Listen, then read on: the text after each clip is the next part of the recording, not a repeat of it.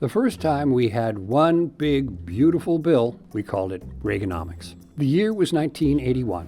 I, Ronald Reagan, do solemnly swear that And a newly inaugurated outsider in the White House was determined to move fast and change things on a big scale. President Ronald Reagan's series of economic policies, known as Reaganomics, featured huge increases in Pentagon spending and deep cuts in what were called social safety net programs. It also included a historic reduction in the federal tax rates for income and capital gains. The tax cuts were sold as across the board, with something for taxpayers at all income levels. But the biggest benefits went to the investor class. It got through Congress thanks to a special budget procedure tool called reconciliation that dated back to the early 1970s. It allows legislation to pass in the Senate with just 51 votes, a simple majority, and it makes it immune to a filibuster. Now, this was the first ambitious use of the reconciliation tool, which had been around for a while.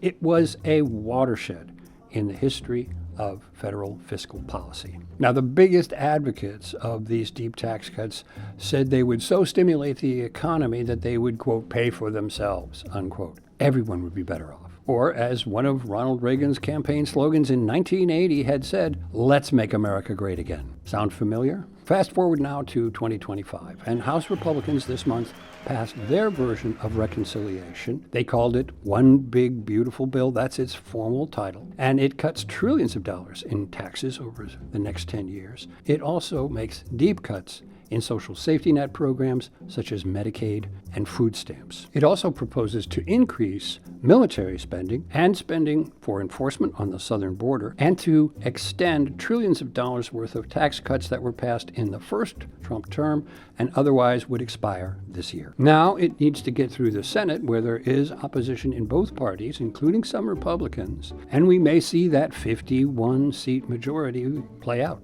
How well Trump and his congressional team handle the reconciliation tool this year to reshape and redirect so much of the federal government will go a long way to determining the narrative for the first stage of Trump's second term.